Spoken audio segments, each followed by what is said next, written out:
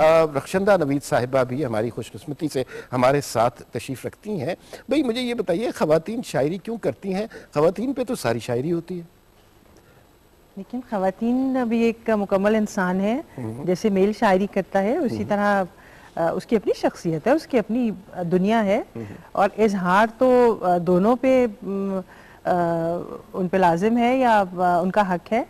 तो ये तो आपने ऐसी बात कह दी कि ख़वातीन क्यों शायरी ना करें। ठीक है, नहीं नहीं, मैं तो सिर्फ ये कहना चाहता था, उससे बेहतर बात होती है किसी खातून का शायरी करना, क्या इससे बेहतर बात नहीं है कि उसके ऊपर शायरी की जाए?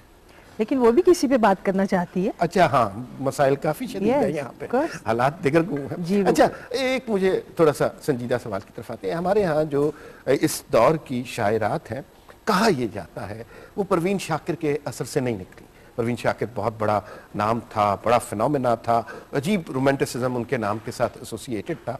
तो फिर बहुत से लोगों ने कॉपी, शायद वर्ड ठीक नहीं है, लेकिन तकलीद करने की कोशिश की, लेकिन जाहिर है वो परवीन शाकिर नहीं हुई। तो ख़वातीन ने जो पाकिस्तान में शायरी की आफ्टर परवीन शाकिर, क्या वो ऐसी थी? ऐसा नहीं है, मैं नहीं समझती। अगर कोई परवीन शाकिर की तरह बन जाता तो फिर एक और परवीन शाकिर जन्म ले चुकी होती। मैं समझती हूँ कि सबका अपना अपना रंग है। अगर मैं बात करती हूँ तो मेरे जिक्र जब करते हैं तो यही कहते हैं कि आपका अपना उस्लूब है। ठीक है, आप जाहिर है सबको पढ़ते जरूर हैं और आप वाकिफ होते हैं कि इर्द गिर्द क्या लिखा जा चुका है, क्या लिखा जा रहा है। लेकिन मैं ये समझती हूँ कि आपकी असल बात तो यही है कि आपको आपके नाम से या आपकी शख्सियत या आपके उस्लूब से पहचाना जाए। मेरा ख्याल है तो ये बात बिल्कुल सही है कि बहुत से लोग शेर लिख लेते हैं, गज़ल भी अच्छी कहते हैं, लेकिन अगर कोई शख्स अपने उस्लूब से पहचाना जाए वो बड़ी बात होती है, और ये सहल काम नहीं है, इसमें बड़ा अरसा लगता है। तो आप इतनी सी उम्र में ये काम कैसे कर लेती हैं? पहली बात तो ये कि उस्लूब की जो हम बात कर रहे हैं, मैंने कभी भी कुछ बनाने की कोशिश नहीं की, सच्ची बात है। जो भी उस्लूब बना है या जो भी है वो बिल्कुल असली है। ठीक है। और मैंने एक शेर लिखा हुआ है कि अपने दिल के बोझ को भारी नहीं होने दिया, मैंने खुद पे उम्र को तारी नहीं होने दिया। बहुत अच्छा। तो ऐसा है कि आप थोड़ी सी पॉजिटिविटी अगर पर्सनालिटी में, अपनी रवैये में, जिंदगी गुजारने के तरीके में, स्टाइल में अगर आप उसको शामिल रखें और नेगेटिविटीज से बचें, ये हर किस्म की, मैं अमली सोच, तो मैं ये समझती हूँ कि आप एज को भी थोड़ा सा कंट्रोल कर सकते हैं। मतलब मेरे बड़े बड़े बच्चे हैं, दिस इज अ फैक्ट, तो इसको मैं आपके इस कमेंट को कॉम्प्लीमेंट समझूं? समझे नहीं है कॉम्प्लीमेंट, ठीक है। लेकिन ये जरूर है कि मैंने जो एक काम मुस्तकिल किया है वो सिर्फ शायरी है। नौकरियां बहुत सी की, छोड़ दी, घर बहुत से बदले। मकानों की मैं बात कर रही हूँ। जी, मैं मकानों की बात कर रही हूँ। तो और भी आप बहुत सी चेंजेस आपकी लाइफ में आती हैं, स्टेजेस हैं आपकी, कभी आप किसी स्टेज पे हैं, कभी, लेकिन ये एक अज़ खुद ऐसा रहा है कि शायरी से मैं पीछा छुड़ा नहीं सकी।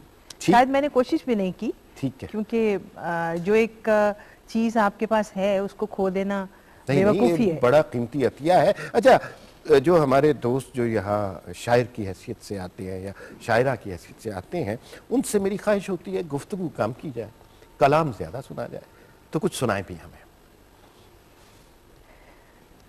दिल तो चाह रहा था आज मैं सारी कोई रात से रिलेटेड पोइट्री लेकर आती। कुछ जो याद आता है कुछ सुनाती हूँ जी। और अभी वो बात नहीं थी, पूरे चांद की रात नहीं थी। वाह, बहुत अच्छा, बहुत अच्छा। और अभी वो बात नहीं थी, पूरे चांद की रात नहीं थी।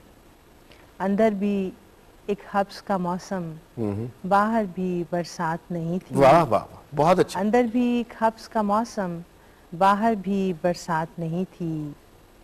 और क्यों पाला ये दुख रखशंदा, दिल की जब औकात नहीं थी। वाह वाह वाह। क्यों पाला ये दुख रखशंदा, दिल की जब औकात नहीं थी।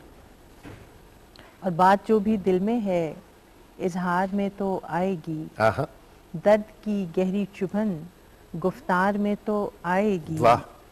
और क्या तू चाहती है, 4 शेरों के एवज, तेरे मरने की खबर अखबार में तो आएगी। वाह वाह वाह। और तेज बारिश में बहुत भीगी है मेरे दिल की छत, कुछ नमी आखिर दरो दीवार में तो वाह वाह आएगी। वाह वाह, बहुत अच्छा शेर। कुछ नमी आखिर दरो दीवार में तो आएगी, और कहे ना कुछ भी फकत एतराफ कर डाले, मैं रो पड़ूं तो मेरे अश्क साफ कर डाले, और मैं अपने वक्त से इस वास्ते बना के रखूं कि फिर ना फैसला मेरे खिलाफ कर डाले। बहुत अच्छे। और इसका एक और शेर याद आ रहा है कि एक ऐसे दर्द की शिद्दत से गुजरी रक्षंदा, खुदा ने पिछले गुनाह सब मुआफ कर डाले। वाह वाह वाह। खुदा ने पिछले गुनाह सब मुआफ कर डाले, और कैसे निकलूं खुमार से बाहर, बाजुओं के हिसार से बाहर, और चंद लम्हों की मुख्तसर कुर्बत और यादें शुमार से बाहर। और शेर अर्ज़ है कि इसलिए उसकी याद में गुम हूँ, भूलना इख्तियार से बाहर। बहुत अच्छी। और शेर पेश करती हूँ कि तिफले दिल फिर उदास बैठा है, तिफले दिल फिर उदास बैठा है, कोई ले जाए प्यार से बाहर। वाह। और कोई रक्षंदा मिलने आया है, कोई रक्षंदा मिलने आया है, चल चलें इंतजार से बाहर। बहुत कैसे निकलूं खुमार से बाहर, बाजुओं के हिसार से बाहर। बहुत अच्छा। हमारे प्रोग्राम का इस तरफ का आगाज बहुत अच्छा। चंदा नवीद साहिबा हमारे साथ तशरीफ रखती हैं। अफसाना भी लिखा आपने, बहुत मुख्तलिफ फील्ड्स हैं, शेर और अफसाना। और अफसाना मतलब इसमें से किसी को भी सहल कहना गलत बात होगी, लेकिन अफसाना ज्यादा मेहनत तलब काम नहीं है। असल में मेरे साथ ऐसा हुआ कि जब मैंने बहुत पहले लिखना शुरू किया था तो नज़्म और नसर दोनों आगाज़ किया था। ठीक। तब भी आई रिमेंबर कि मैंने नॉवलेट या आप कह लें तवील अफसाने लिखे थे। कुछ एक दो उनमें से छपे भी, कॉलेज के दौर की बात है। ठीक। लेकिन उसके बाद कुछ ऐसा हुआ कि मैं सिर्फ शायरी में ही मैंने एक्सेल किया या अपने आप को मैंने मसरूफ़ किया। लेकिन ये ज़रूर हुआ कि साथ साथ कुछ प्लॉट, कुछ ऐसे आप कह लीजिए कुछ ऐसी बातें कि जो मुझे लगा कि एलेबोरेट करके मुझे इनको बयान करना है, उसके वो मेरे जहन में जमा होते रहे।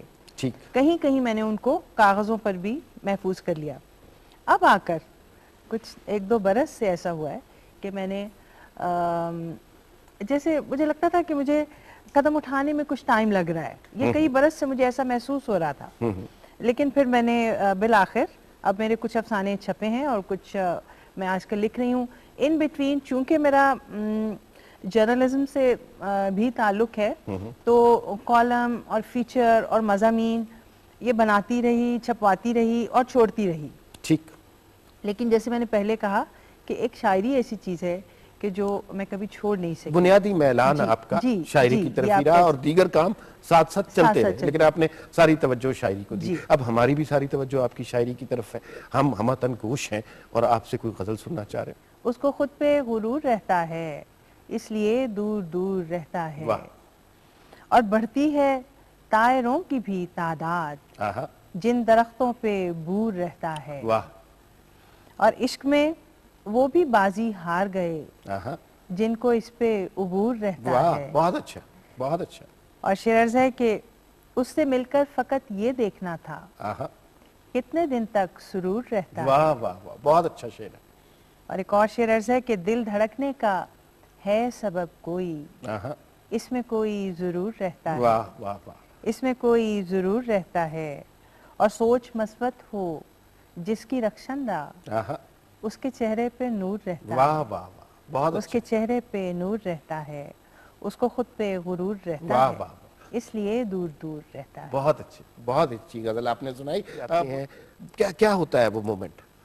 मुख्तलिफ सूरतें, मेरा जो पर्सनल एक्सपीरियंस है, लेकिन ऐसा भी हुआ है कि पूरी की पूरी नज़्म जो है वो मुकम्मल है आपको लगता है कि ये उतर आती है बिल्कुल।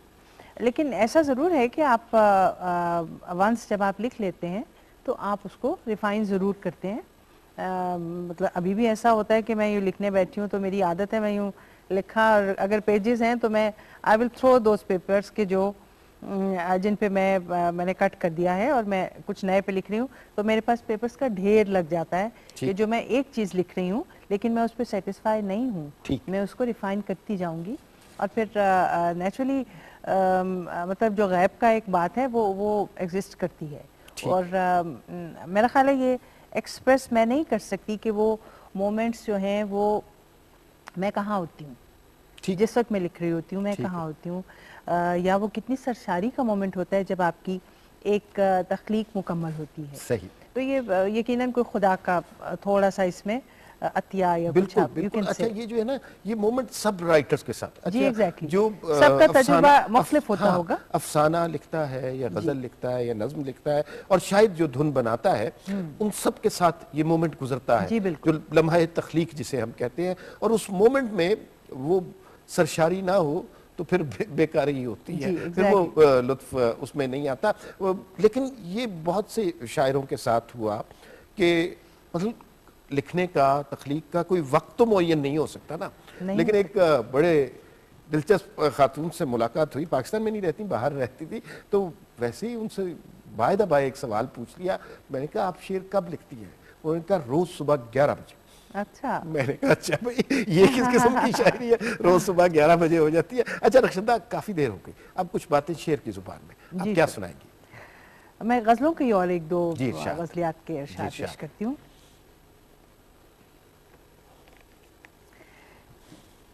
जी गजल पेश है।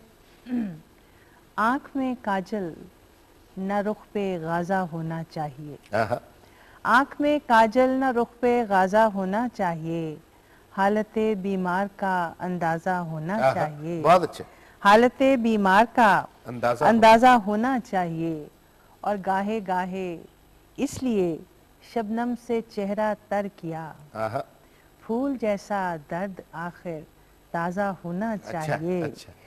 और जिंदगी में इस कदर तरतीब बेमौका नहीं, इन हवाओं के लिए शेराजा होना चाहिए, और एहतियात है दिल गुज़िश्ता तजुर्बों से काम ले, वापसी का कोई तो दरवाजा होना चाहिए, वापसी का कोई तो दरवाजा होना चाहिए। और इजाजत हो तो एक और गजल के चंद। तो किस तरह निभाया? देखिए असल बात तो यही है कि आप किस सोसाइटी में आप जी रहे हैं, ठीक है, मसाइल सब वहीं के वहीं हैं। ठीक।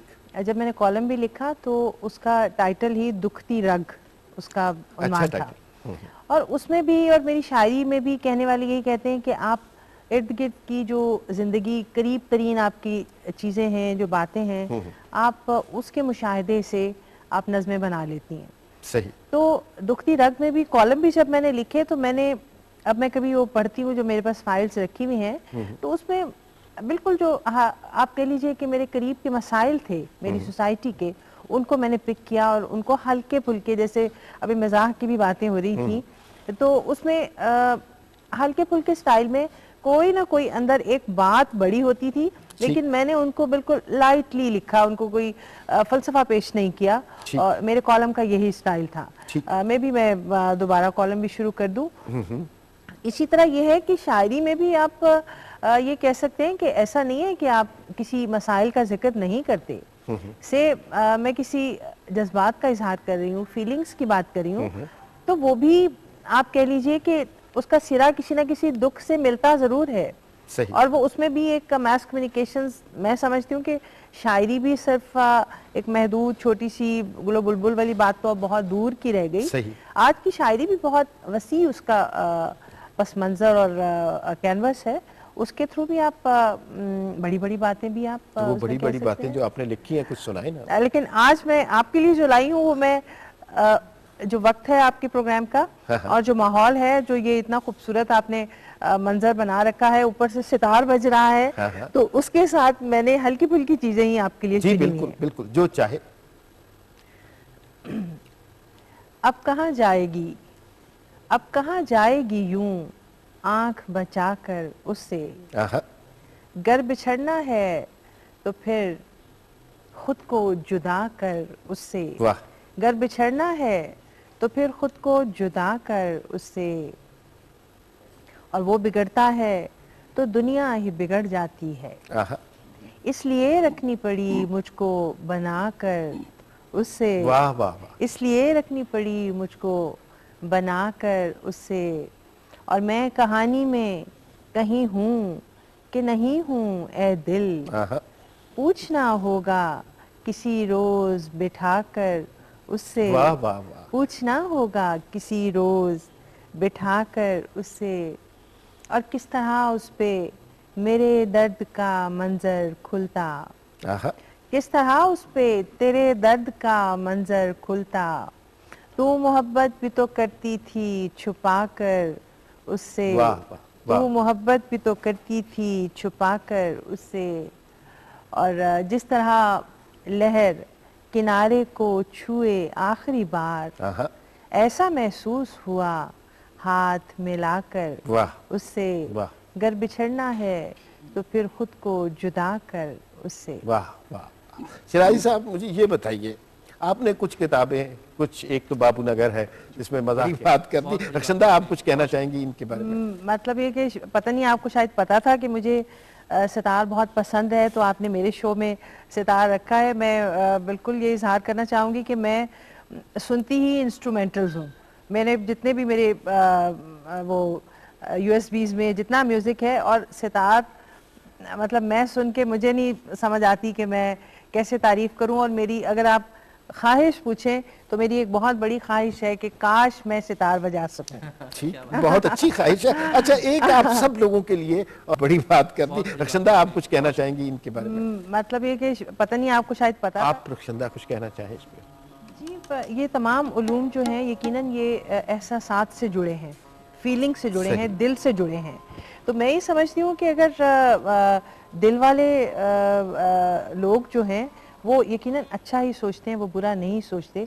तो इसको जितना फैलाया जाएगा, समझिए आप अच्छाई फैला रहे हैं, आप नेकी फैला रहे हैं, आप कुछ समथिंग गुड जो सबके दिलों पे असर करने वाली बातें हैं। तो नेगेटिविटी का काट है ये तमाम। ठीक है, लेकिन शिराजी साहब मुझे ये बताएं, आप रक्षंदा कुछ कहना चाहें इस पे? जी, ये तमाम उलूम जो हैं यकीनन ये